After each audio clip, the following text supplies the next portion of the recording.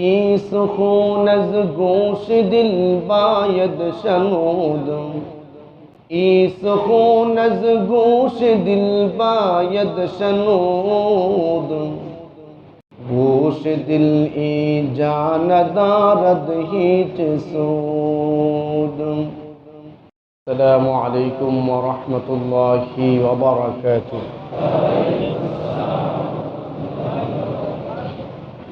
الحمد لله، الحمد لله وكفى وسلام على عباده الذين اصطفى. ونشهد أن لا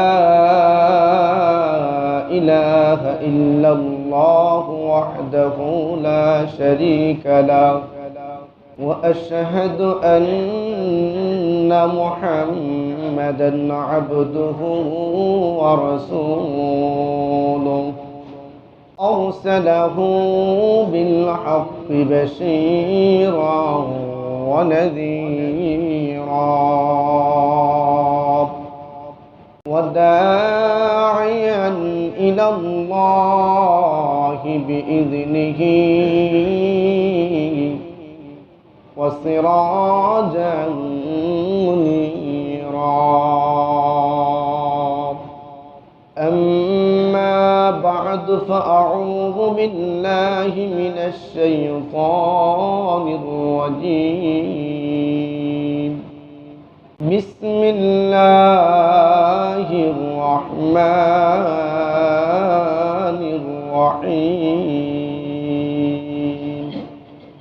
سبحان الذي يسرى بعبده ليلا من المسجد الحرام إلى المسجد الأقصى الذي باركنا حوله لنريه من آياتنا، إنه هو السميع البصير. وقال النبي صلى الله عليه وسلم: أول ما يحاسب به العبد يوم القيامة الصلاة، أو كما قال عليه الصلاة والسلام. إن الله وملائكته يصلون على النبي، يا أيها الذين آمنوا صلوا عليه وسلموا تسليما. اللهم صل على محمد وعلى آل محمد، كما صليت على إبراهيم وعلى آل إبراهيم إنك حميد مجيد. اللهم بارك على محمد وعلى آل محمد، كما باركت على إبراهيم وعلى آل إبراهيم إنك حميد مجيد. سبحانك لا علم لنا إلا ما علمتنا، إنك أنت العليم الحكيم. ای سخون از گوش دل باید شنود، ای سخون از گوش دل باید شنود گوش دل ای جان دارد هیچ سود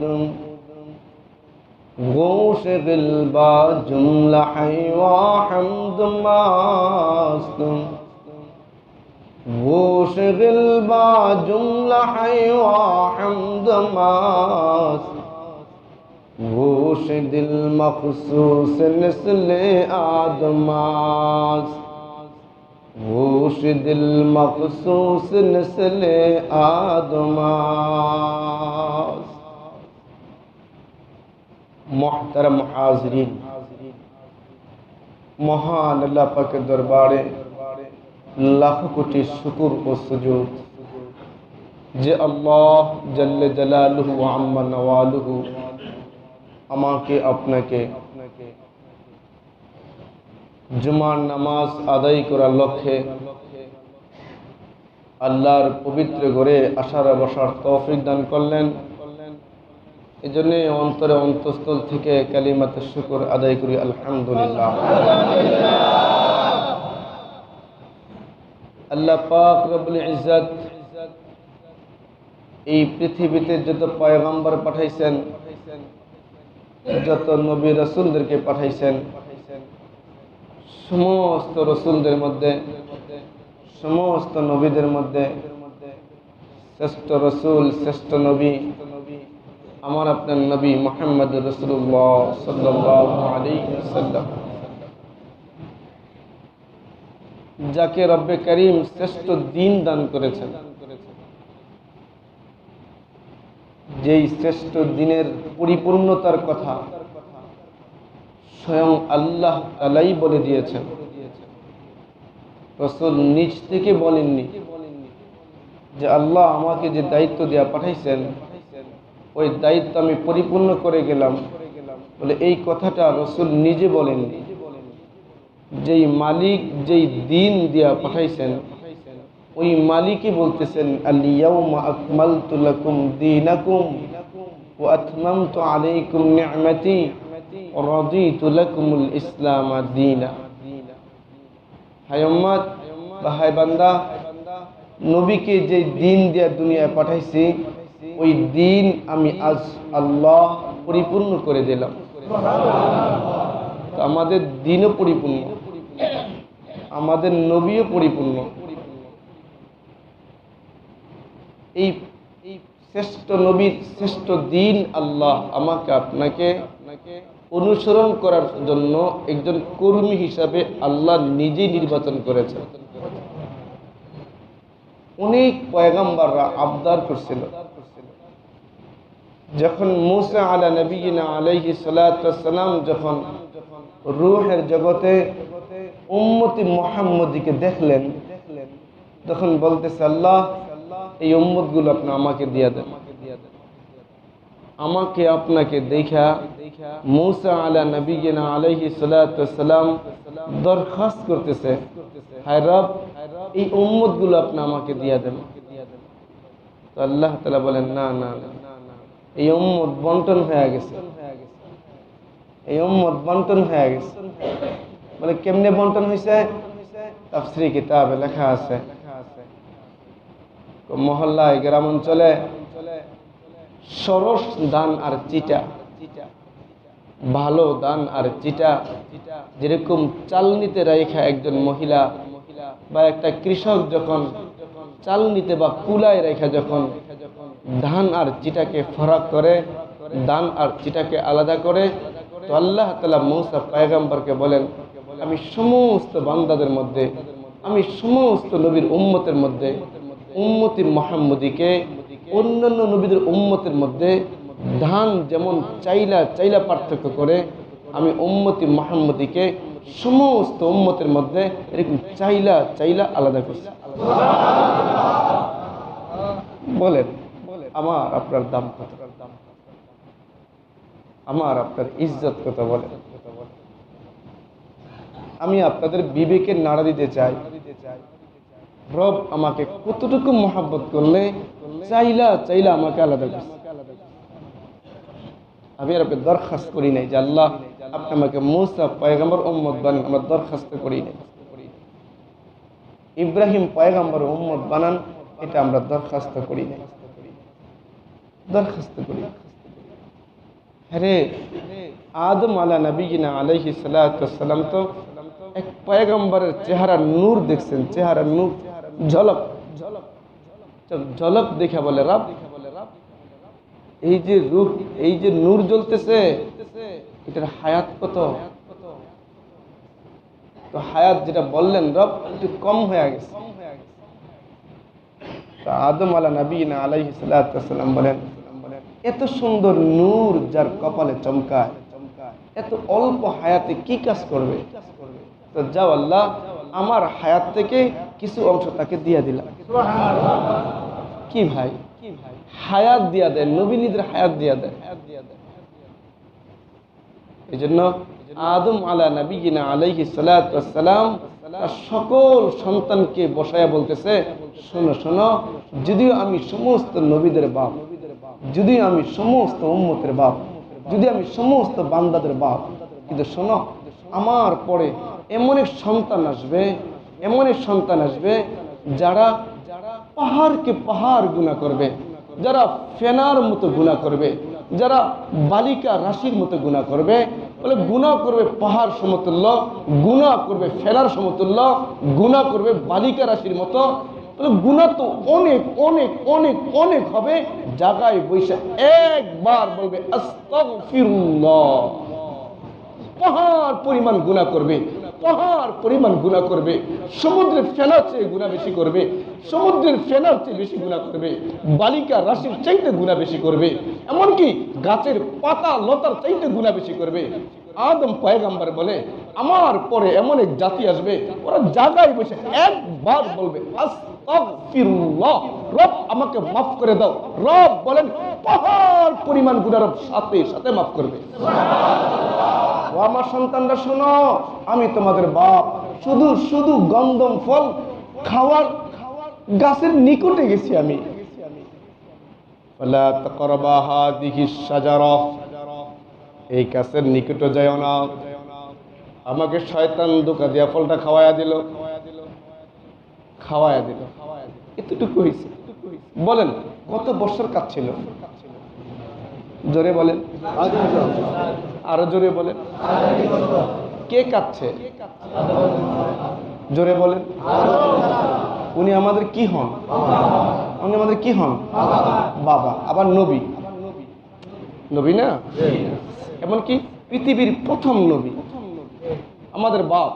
শুধু কি আমাদের বাপ, সমস্ত বলেন বলেন বলেন, সমস্ত নবীদের, সমস্ত নবীদের, সমস্ত উম্মতের, পৃথিবীর শ্রেষ্ঠ মানুষ, পৃথিবীর প্রথম মানুষ, পৃথিবীর প্রথম নবী। কি ভুলটা করছিল? গাঁজা খাইছিল, মদ খাইছিল, জিনা করছিল, শুধু একটা গন্ধম ফল খাইছিল।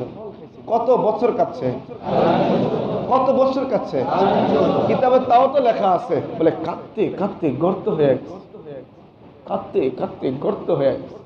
তা আদম বলে শোনো আমার সন্তানেরা, আমি এক অপরাধ করছি, 300-350 বছর বা 360 বছর কাচ্ছি, আর আমার এক উম্মত দুনিয়াতে আসবে, ওরা পাহাড় পরিমাণ গুনাহ করবে, 1 সেকেন্ডে মাফ পেয়ে যাবে।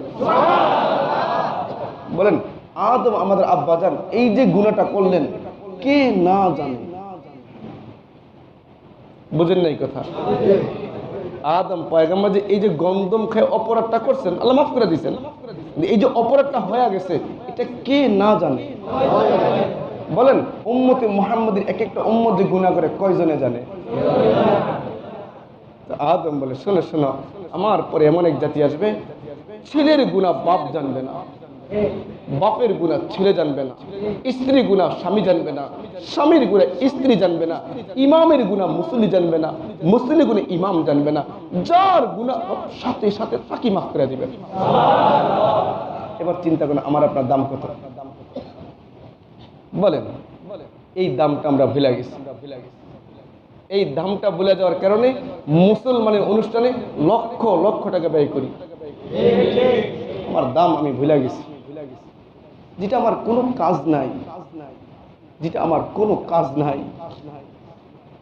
আজ ইমানওয়ালা কালিমাওয়ালা ইমানওয়ালা কালিমাওয়ালা উম্মতি মুহাম্মাদি কালিমা পড়ছে, আল্লাহ বিশ্বাস করছে, রাসূল বিশ্বাস করছে।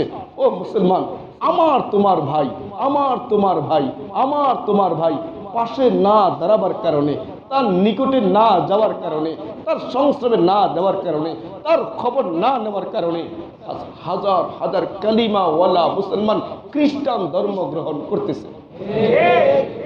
হাজার হাজার ময়দানে মাহশারে যদি ওকে জিজ্ঞায় যে খ্রিস্টান ধর্ম গ্রহণ করলি কেন, তো সে বলবে আমি অভাবে পড়ছিলাম। তাহলে আমাকে আপনাকে জিজ্ঞায়, বল তোকে কোটি কোটি টাকা কেন আমি মালিক কেন বানাইছিলাম? জুয়া খেলার লাইগা, মুসলমানি অনুষ্ঠান করার লাইগা, বিয়ার অনুষ্ঠান লক্ষ লক্ষ টাকা খরচ করার লাইগা, গায়ে হলুদে কোটি কোটি টাকা বাজেট করার লাইগা? কি গায়ে হলুদ? এখনকার মুসলমান হানি মনে জামে লক্ষ লক্ষ টাকা বাজেট করে। এখনকার জামানার মুসলমান হানি মনে যাবে লক্ষ লক্ষ টাকা বাজেট করে সমুদ্র সৈকতে অনর্থক বাতাসে উড়াইয়া দিয়ে আসে। এই লক্ষ টাকা হাজার মুসলমান পাইলে ইমান হারা হইতো না। কি বুঝাবে বলে? রজব মাস শেষ, রমজান অতি ধার প্রান্তে, প্রত্যেকটা ব্যবসায়িক ব্যবসাদের প্রিপারেশন এখন থেকে। কেউ লোনে, কেউ বাকিতে, কেউ ডবল বাকিতে, যে যেমনি পারতেছে টাকার মাধ্যমে মাল গুছায়া সে ব্যবসাকে লম্বা করতেছে। কারণ আমার ব্যবসার সিজন আসতেছে। রজব মাস প্রায় শেষ, সম্ভবত আজকে 28 তারিখ। আল্লাহুম্মা বারিক লানা ফি রজব ওয়া শাবান ওয়া বাল্লিগনা রমাদান। আমল চলছে, করতেছেন। আজকে দিনে কে কয়বার পড়ছেন? কি ভাই, সকাল থেকে পর্যন্ত কয়বার পড়ছেন? আল্লাহ পড়েন আমার সাথে, আল্লাহুম্মা বারিক লানা ফি রজব ওয়া শাবান ওয়া বাল্লিগনা রমাদান। কয়বার পড়ছেন এটা নফল ইবাদত, আমার জিজ্ঞাসা জরুরি না, কিন্তু আপনার বিবেকে টাচ মারতেছি, আপনি পড়লেন না কেন? জিগাবে কে? এই জন্য জিগাই না, পড়বেন। দরদ পয়দা হবে। তখন রমজান আসলে মনে হবে আকাশের চাঁদ পাইছি। কিছু কুলাঙ্গার আছে রমজানকে বোঝা মনে করে, রমজানকে বোঝা মনে করে। ইমানদার রমজানকে পায় হাসবে, আনন্দ করবে। রজব মাস প্রায় শেষ, রাসূলের মেরাজের আলোচনা চলতেছিল। মেরাজে গেছেন, এটা গতানুগতিক কোনো গল্প কাহিনী না। আমি আমার ক্ষুদ্র বিবেচনায়, ক্ষুদ্র গবেষণায় যতটুকু পেরেছি, যারা দিলের কান দিয়ে আমার কথাগুলো শুনেছেন তারা আজ করতে পেরেছেন আমি মেরাজের আলোচনা দিয়ে আপনাদের কি বুঝাইতে চেয়েছি। কোন গল্প, পুরা কিসসা এটা আমি শোনাইতে চাই নাই। আমি পার্ট টু পার্ট অধ্যায় নিজে তৈরি করে বানিয়ে এক একটা যুক্তির জবাবগুলো পেশ করেছি। আজ পৃথিবীর প্রত্যেকটা বিজ্ঞান আসমান বিশ্বাস করে না, আসমান নাই। যারা কিছু লেখাপড়া করছেন জানার লাইনে বলতে পারবে না, ওরা বলে মহাশূন্য। এই যে আমরা তাকাইলে দেখি একটা ছাদ, এটা আসমান না। এর চেয়ে কোটি কোটি মাইল উপরে আজও বিজ্ঞান প্রথম আসমান বের করতে পারে নাই। অথচ কোরআন বলে হুয়াল্লাযী খালাকা সাবআ সামাওয়াতিন তিবাকা। রব বলেন আমি 7 আসমান 7 জমিন আমি রব সৃষ্টি করেছি। ওরা পায় নাই, পাবে কিভাবে? আমাদের মুরব্বীরা উদাহরণ দেন, কলসি যত বড়, কলসির তলা খুঁজতে যেই পরিমাণ লম্বা হাতের প্রয়োজন, তার হাত হইল খাটো। এক বিগত হাত দিয়ে বিশাল বড় কলসির তলায় জিনিস পড়ে গেছে। ওই এক বিগত হাত দিয়ে যেমন কলসির তলা খুঁজে পাওয়া যাবে না, মানব তৈরি ব্রেন, মানব প্রসূত ব্রেনের মাধ্যমে আল্লাহ যে ব্রেন দিয়েছেন, ওই ব্রেনের মধ্যে যদি মানব রচিত তত্ত্ব আর থিওরি ফিট করে আসমান খুঁজতে চাও, খুদা কা কসম আসমান খুঁজে পাইবা না। আসমান খুঁজলে কালাম লাগবে, কোরআন লাগবে, ওহী লাগবে। এই জন্য পৃথিবীর অনেক বৈজ্ঞানিক আসমান বিশ্বাস করে না। রব্বে কারীম মেরাজের দ্বারা প্রত্যেকটা বিজ্ঞানীর চোখে আঙ্গুল দিয়ে বুঝাইছেন, যেখানে তোমাদের থিওরি ফেল, যেখানে গিয়ে তোমাদের থিওরি অকার্য, সেখান থেকে আমি রবের কুদরত শুরু। এই যে আমরা দেখি তিরমিজির হাদিসের কিতাব আছে, ওই হাদিসের কিতাব এসেছে এক একটা ছাদ আসমান কত মোটা, এক একটা আসমান, যেমন বিল্ডিং এর ছাদ দেই না, এই ছাদের একটা কেউ 5 ইঞ্চি, কেউ 10 ইঞ্চি, এরকম ইঞ্চি হিসেবে দেয় না, ঢালাই দেয়। ঠিক আল্লাহ আসমান বানাইছেন, আসমানের এরকম ছাদের মোটার পুরু আছে, কি পরিমাণ মোটা। হাদিসের কিতাব তিরমিজি শরীফ, ওই হাদিসে এসেছে যে এই জমিন থেকে নিয়ে প্রথম আসমানের দূরত্ব কেউ বাড়ি করতে পারে নাই। যে দূরত্ব আসমান জমিন থেকে নিয়ে প্রথম আসমানের ছাদ পর্যন্ত পৌঁছতে যে পরিমাণ দূরত্ব, ওই পরিমাণ হলো এক একটা আসমানের ছাদ মোটা। এই মাঝখানে মহাশূন্য, এরপরে ছাদ। আল্লাহ তাআলা আল্লাহর পয়গম্বরকে যখন বাইতুল্লাহ থেকে বাইতুল মাকদাস নিয়ে গেলেন, সেখানে আল্লাহ তাআলা পৃথিবীর সমস্ত নবীদেরকে জমা করছেন মসজিদে, সমস্ত নবীরা। সেখানে আজান হলো। এখন 2 রকম রিওয়ায়াত, কেউ বলে 2 রাকাত নামাজ যাওয়ার সময় পড়ায় নিয়ে গেছেন, আবার কেউ বলে না, আসার সময় ওই জায়গায় 2 রাকাত নামাজ পড়াইয়া তারপর নবীকে বিদায় দিবেন। উভয়টাই সহিহ, যেমনি হোক নামাজ 2 রাকাত হইছে। আজান হলো, জিবরাইল আমিন আল্লাহর নবীর হাত মোবারকে ধরে সামনের কাতারে মুসল্লায় ইমামের জায়গায় দাঁড় করিয়ে বলি, ইয়া রাসূলুল্লাহ, আজ সমস্ত নবী পয়গম্বর এখানে উপস্থিত, আপনার উপাধি হলো সাইয়্যিদুল আম্বিয়া, ইমামুল মুরসালিন, আপনি সমস্ত নবীদের ইমাম। আজ এই ইমামের উপাধি আজকের 2 রাকাত নামাজ দিয়ে আল্লাহ তাআলা প্রমাণিত করলেন। সমস্ত নবীদের ইমাম। নামাজ পড়ার শেষ, আসমানে যাবেন এখন। সেখান থেকে তাফসীর কিতাব এসেছে আল্লাহ তাআলা সিঁড়ির মাধ্যমে, সিঁড়ি সিস্টেম, পদ্ধতি সিঁড়ি। মেরাজ পুরোটাই কুদরত। এটা আমার আপনার সামান্য ব্রেন দিয়ে কখনো বুঝে আসবে না। এটা ঈমান, এটাই ঈমান। যে বলবেন না বুঝে আসার পরে ঈমান গ্রহণ করব, বিশ্বাস স্থাপন করব, ওই ঈমান আল্লাহর কাছে গ্রহণযোগ্য না।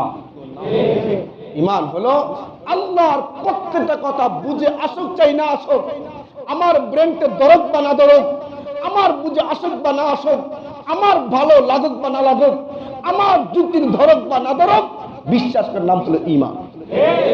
যদি বলে না বিশ্বাস করবো ততক্ষণ বুঝা লই, তাহলে ফেরাউনের মতো।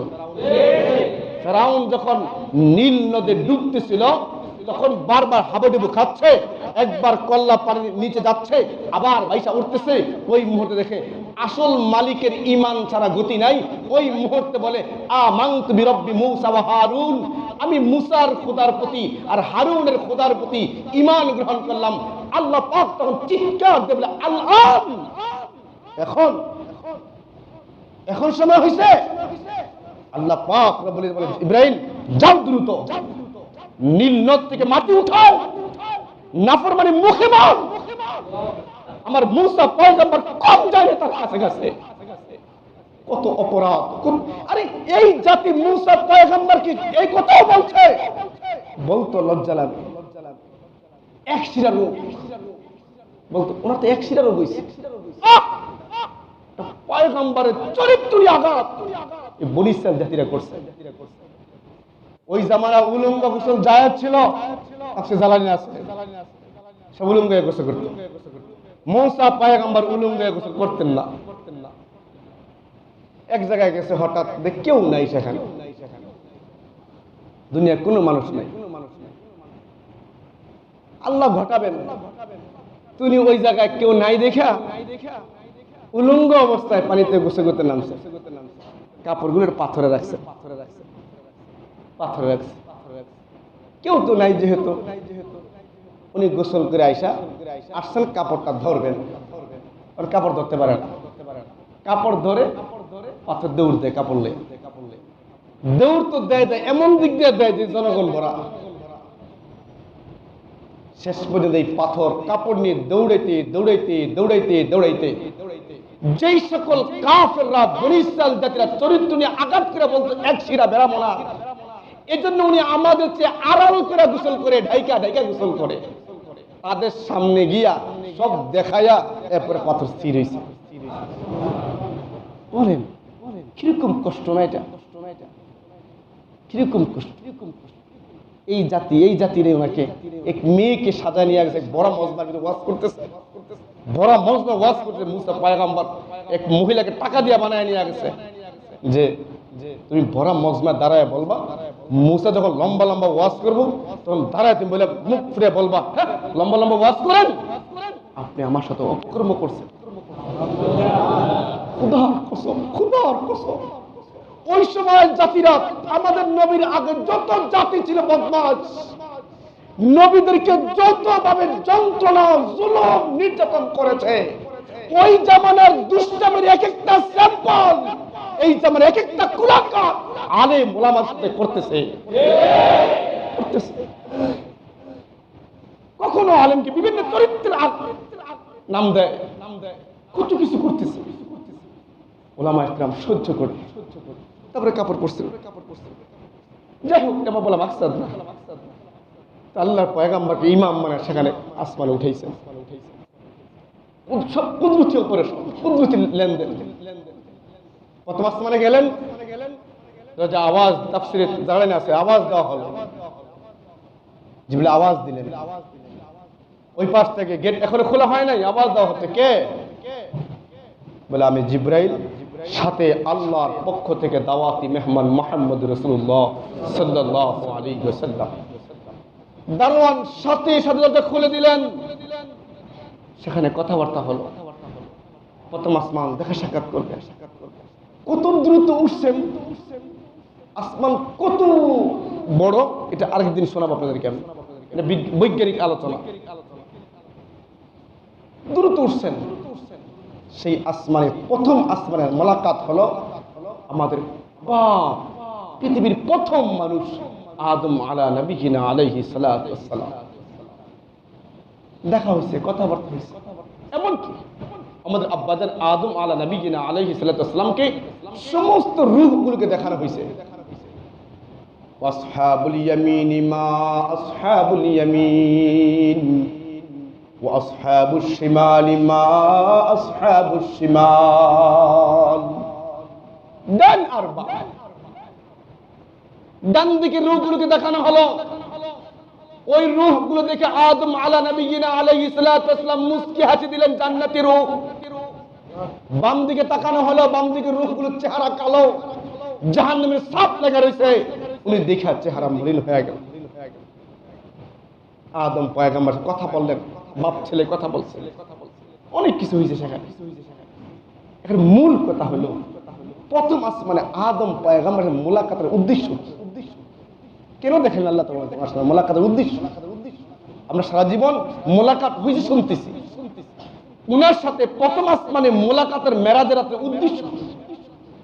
উদ্দেশ্য হলো আল্লাহ তাআলা আমাদের পয়গম্বরকে, আদম পয়গম্বরের বাপকে মেরাজের প্রথম আকাশে প্রথম মুলাকাত করায়া আল্লাহ তাআলা শিক্ষা সফর, আমি আগেই বলছি মেরাজের শিক্ষা সফর, প্রত্যেকটা কদম কদম উম্মতের সবক, প্রত্যেকটা কদম কদম উম্মতের ঈমানি দাওয়াত। আল্লাহ তাআলা আমাদের পয়গম্বরকে আদম নবীর সাথে মুলাকাত করে বুঝাইলো, ও মুহাম্মদ, এই তোমার বাপ আদমকে শয়তান ধোঁকা দিয়ে বিভিন্ন প্ররঞ্চনা দিয়ে জান্নাতের দামি জায়গা থেকে বের করে দিয়েছে। আপনিও দুনিয়ার জিন্দেগিতে আপনার গোষ্ঠীর ভিতরে, আপনার জাতির ভিতরে, আপনার উম্মতের ভিতরে কিছু মানুষ শয়তান থাকবে যাদের চক্রান্তে আপনার জন্মভূমিতে থাকতে পারবেন না। আপনি মন খারাপ করবেন না, আপনি তৈরি হন ইসলামের জন্য, ইসলাম প্রচারের জন্য। রব যখন যেখানে আপনাকে সেট করবেন আপনি সেখানে মেহনত করবেন। আপনি তৈরি হন।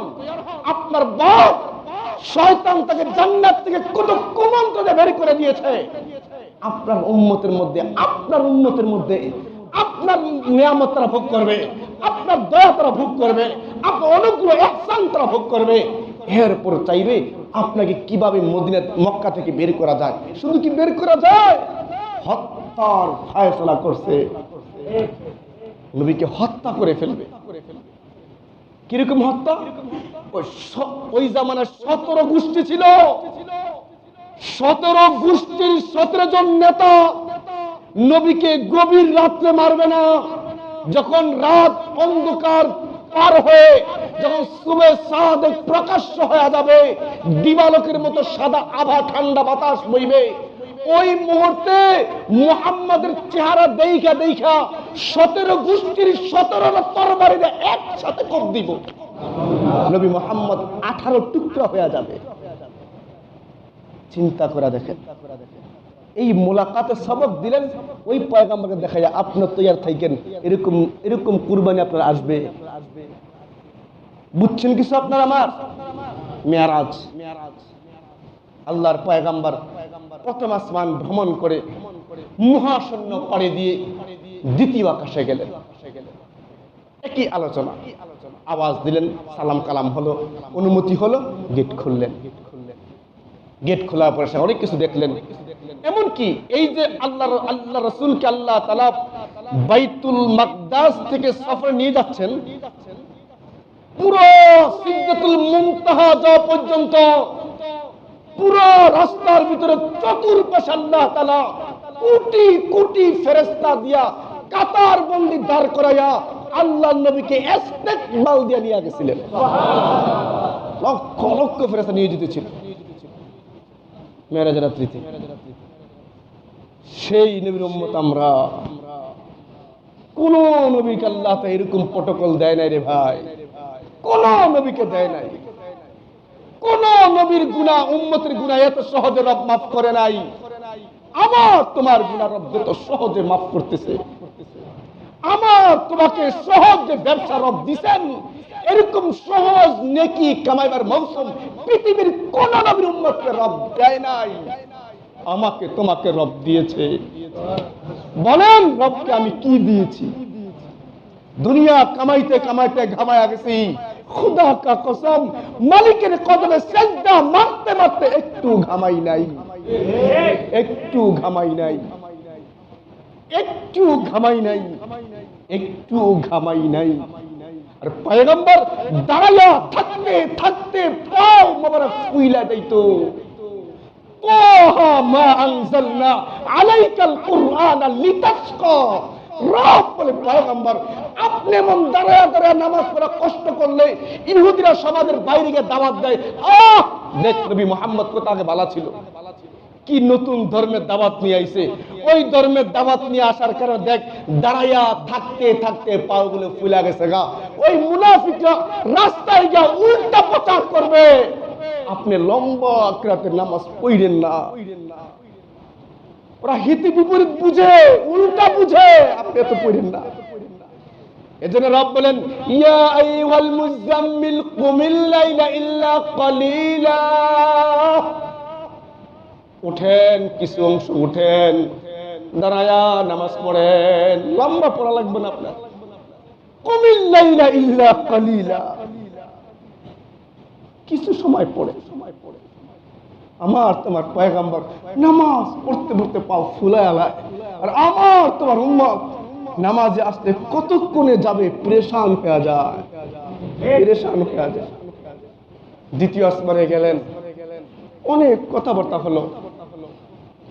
সেখানে মোলাকাত হলো হযরতে ঈসা আলা নবিয়িনা আলাইহিস সালাতু ওয়াস সালাম, হযরতে ইয়াহইয়া আলাইহিস সালাতু ওয়াস সালাম, দুই পয়গম্বরের সাথে অনেক কথাবার্তা।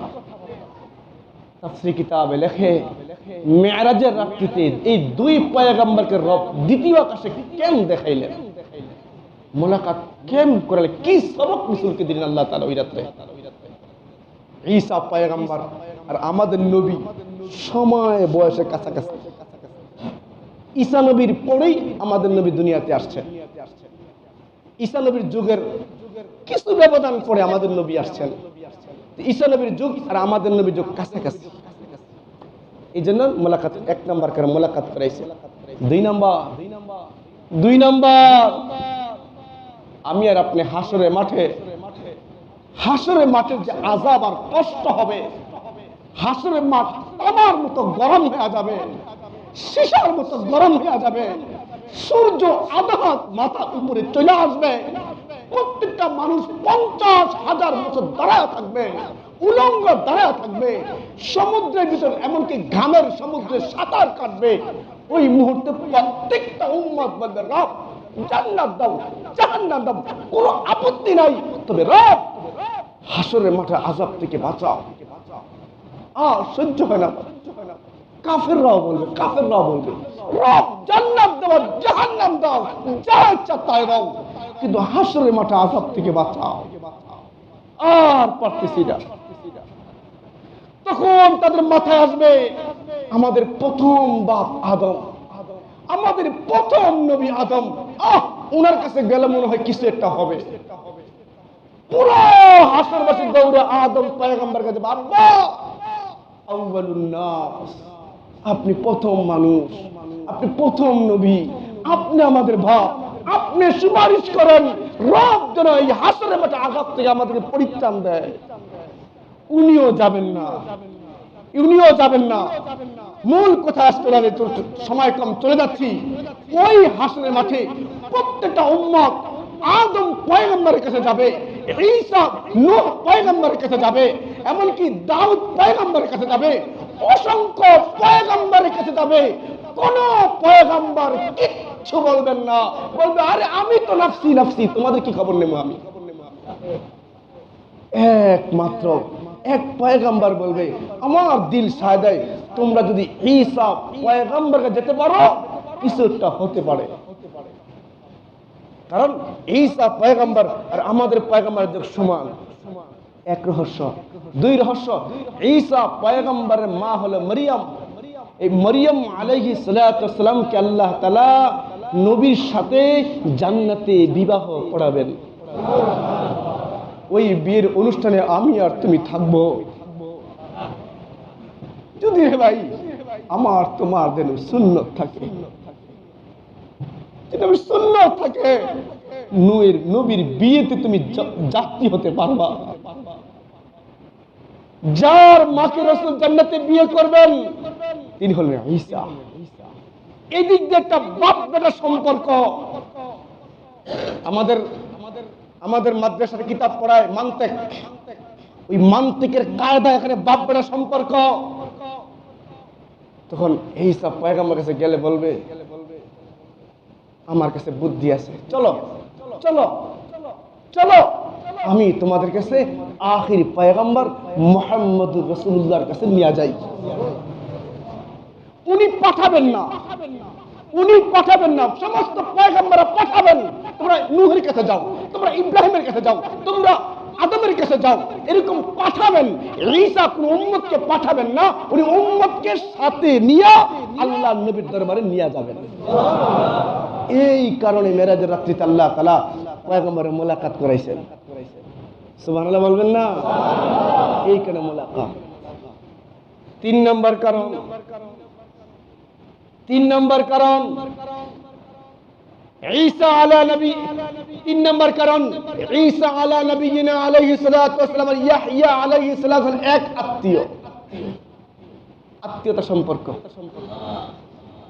তো আল্লাহ তাআলা আমাদের পয়গম্বরকে সম্পর্ক দেখায় বলেন, দেখো আত্মীয়তা সম্পর্ক নবীকে তোমার মোলাকাত করলে মেরাজের রাত্রিতে, আমার এই পয়গম্বর আত্মীয়তা সম্পর্ককে অটুট রাখবেন। এজন্য রাসূল বলেন যে আত্মীয়তার সম্পর্ক ছিন্ন করে দেয় ও আমার উম্মতি না। কি বুঝলেন? এমনও ভাই পাওয়া যাবে, এমন খোদার কসম, খোদার কসম, এমনও ভাই পাওয়া যাবে লাখ লাখ টাকা পর ছেলেকে খাওয়ায়, ভাইয়ের দিকে একটা ভালো খবর নেয় না। হাজার হাজার ভাই পাওয়া যাবে। কিয়ামতের আলামত, কিয়ামতের আলামত। নিজের রক্তের ভাইয়ের খবর নয়, পর ভাইয়ের জান দিয়া দেয়। কিয়ামতের আলামত, কিয়ামতের আলামত। মুসলমান, আরে তোমার ভাই কি ইউসুফ আলা নবিয়িনা আলাইহিস সালামের ভাইয়ের চেয়ে খারাপ নাকি? ওনার ভাইয়েরা কূপে ফালা দিছে, কূপে ফালায় এক বাহিরে তুলছে, তুলে যখন নিয়ে যাবে এই 7 ভাই 10 ভাই দৌড়ে গেছে, জাবরির আমাকে গোলাম। আপন রক্তের ভাই গোলামকে বিক্রি করে দেয়, টাকা নিয়ে আসে। আপন ভাইকে জোর করে কূপে ফালা দেয়, বকরি জবাই করে রক্ত জামাতে লাগাইয়া কান্নার বাহানা করে করে বাপকে দিল, বাইরে বাগে কয়ে লাইছে। কত বড় ধোঁকা! বাপ জামাটা ধইরা বলে, কত শিক্ষিত বাপ, কত শিক্ষিত বাপ, আমার ছেলেকে খাইলো, অথচ জামাটাও ছিঁড়ল না। কি ভাই, বাগে কোনো মানুষ খেলে জামা ছিঁড়বে না? ওনার জামা ছিঁড়া ছিল না, ওনার জামা ছিঁড়া ছিল না। আপনার ভাই কি ওই ভাইয়ের চেয়ে খারাপ? বলেন কোন জিনিস ভাইকে বাধা দিয়ে দিল আপনাকে? দেখাইলেন এই দ্বিতীয় আকাশে, 3 নম্বর আকাশে গেলেন। 3 নম্বর আকাশে যাওয়ার পর সালাম কালাম হলো, গেট খোলা হলো। সেখানে মোলাকাত করলেন ইউসুফ আলা নবিয়িনা আলাইহিস সালাতু ওয়াস সালাম, পৃথিবীর সবচেয়ে সুন্দর পয়গম্বর। এর চেয়ে সুন্দর আল্লাহ কাউকে বানায় না। ইউসুফ পয়গম্বর এত সুন্দর। ইউসুফকে দেখে বলতেন মানুষ, এ কি মানুষ না ফেরেশতা? কোরআন শরীফ আছে, মানুষ না ফেরেশতা। জুলাইখা যার রূপ দেখে পাগল হয়ে গেছে। জুলাইখা যখন রাজার বিবাহে একটা গোলামের প্রেমে পাগল, পুরো এলাকা বদনাম ছড়ায় গেছে। রুচি খারাপ, জুলাইখার রুচি খারাপ, জুলাইখার আমার রুচি খারাপ। সমস্ত বান্ধবীর দাওয়াত দিছে, সমস্ত বান্ধবী দাওয়াত দিছে। দাওয়াত দেয় না, বলে সবার হাতে একটা ফল, আপেল বা কেউ ফল দিছে, চাকু দিছে, বলে আমার অনুমতি ছাড়া কেউ কাটতে পারবা না। এমন সময় ইউসুফ আলা নবিয়িনা আলাইহিস সালাতু ওয়াস সালামকে সাজাইছেন নরমাল সাজ, পরিপূর্ণ সাজ না, নরমাল সাজে সাজাইছেন। সাজাইয়া পুরো মজমার পাশ দিয়ে একবার নিছেন, আরেকবার ঢুকায় নিছেন, আবার নিয়ে আসছেন, ঢুকাইছেন, আবার নিয়ে আসছেন। যখন ঢুকতেছে আর বলতেছে, বান্ধবীরা কাটো ফল, খাও আপেল। যখন ইউসুফ পয়গম্বর ঢুকছেন, তাকাইছেন, এমনকি ফল কাটবেন, হাত কাটবেন, প্রত্যেকটা বান্ধবী কি ফল কাটবেন, হাত রক্তে রঞ্জিত করে ফেলছে। আর বলে এটা কি মানুষ? এটা মানুষ হতে পারে না। আমাদের ইউসুফ পয়গম্বর এত সুন্দর ছিলেন। বলবো হুজুর, আমাদের নবী কি ছিল? তাফসীরে কিতাবে আছে, ওই দিন জুলাইখার বান্ধবীরা আমাদের ইউসুফ পয়গম্বরকে দেখে হাত কাটছে। খোদার কসম, ওই দিন আমার তোমার পয়গম্বর থাকলে কলজা কাটতো, কলজা কলজা কলজা। আমাদের পয়গম্বরকে, আমাদের পয়গম্বরের প্রেম পাওয়ার লাগা লক্ষ লক্ষ সাহাবী তাজা রক্ত দিয়েছেন, তাজা রক্ত দিয়েছেন। ইউসুফ পয়গম্বরকে দেখাইছে। রব কেন দেখাইলেন? তৃতীয় আকাশে দেখালে এই আমার আসল কথাটা বুঝাইলো। পয়গম্বর, আপনার এই ভাই ইউসুফ পয়গম্বরকে তার আপন ভাইয়েরা ছাড়ে নাই, লোভের কারণে, লোভের কারণে। ইউসুফ আর বিনিয়ামিন এক ভাই, এক মায়ের সন্তান ছিল। রাইতু আহাদা আশারা কাওকাবা, স্বপ্নে দেখছে 12টা নক্ষত্র, চাঁদ, সূর্য সিজদা করে। এটা ফ্লাশ হয়ে যায়, ভাইদের মাথা খারাপ, কূপে ফালাইয়া দিছে। আল্লাহ তাআলা বোঝাইলো ইউসুফ পয়গম্বর আপন ভাইদের দুশমনি থেকে বাঁচতে পারে নাই, আপনিও আপনার বংশের দুষ্ট লোকদের দুশ্চরিত্র থেকে আপনিও বাঁচতে পারবেন না, আপনিও বাঁচতে পারবেন না। এজন্য যদি আবু সুফিয়ান পরে মুসলমান হয়েছে, দুষ্টামি কম করে নাই, আবু জাহেল কম করে নাই, উতবা সাইবা কম করে নাই, আপন আপন আজ তার এই জাতিরা, এই নবীর ওয়ারিসরাও আজ নিজের কাছের লোকেরাই ক্ষতি করে বেশি, আমাদেরকে আমাদের মুসলিম ভাইরাই ক্ষতি করে বেশি, মূর্তির পক্ষে, শিরক কুফরির পক্ষে, আমাদের ইসলামকে দাগ লাগাবার জন্য বেঈমানরা যেই পুরো অপপ্রচার করে, এর চেয়ে মুসলমান নাম নিয়ে তারা বেশি করে। এটা যে করবে মেরাজের রাতে রব সবক দিয়া দিছে, রাসূলকে সবক দিয়া দিছে। সময় শর্ট, মেরাজ এমনি হয় নাই, কিসসা কাহিনী বলতে হয় নাই, প্রত্যেকটা জাতির ব্রেনে রব টাচ করতেছে, মেরাজ কেন আমি গোটাইলা বুঝুম।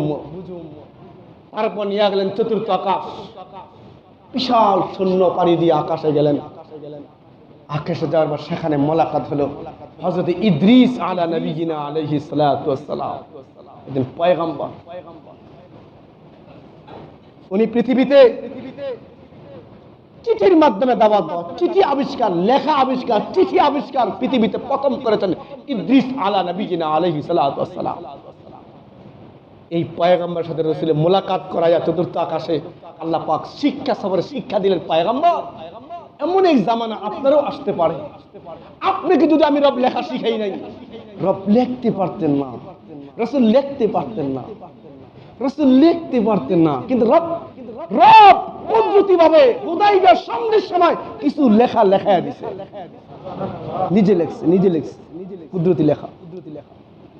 পয়গম্বরকে বলে ইদ্রিস পয়গম্বর চিঠি আবিষ্কার করেছে, লেখা আবিষ্কার করেছে, আপনার হীন হায়াতে এমন এক পরিবেশ আসবে, ইহুদিরা মুখ বন্ধ করে দিবে, খ্রিস্টানরা মুখ বন্ধ করে দিবে, হুদাইবিয়া সন্ধির সময় প্রকাশ্যে দাওয়াত চলবে না, চুক্তিনামা করছিল তারা, আরে মুসলমানের মুখ বন্ধ হবে, চোখ বন্ধ হবে, হাত বন্ধ হবে না।